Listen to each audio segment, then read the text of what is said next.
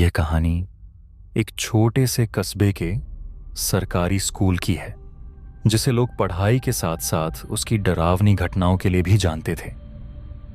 School में एक कमरा था जिसे लोग कमरा नंबर 13 कहते थे। यह कमरा सालों से बंद पड़ा था और इसके बारे में कई तरह की कहानियां मशहूर थीं।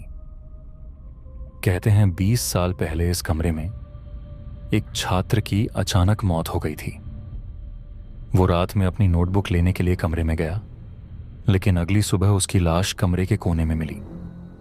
उसके चेहरे पर खौफ था और उसकी उंगलियां दीवार पर अजीब निशान बना रही थीं।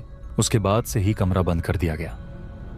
रोहित, एक नया छात्र, हाल ही में इस स्कूल में आया था।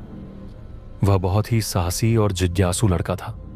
उसने स्कूल में कमरा नंबर 13 के बारे में सुना और इसे महज एक अफवाह समझा।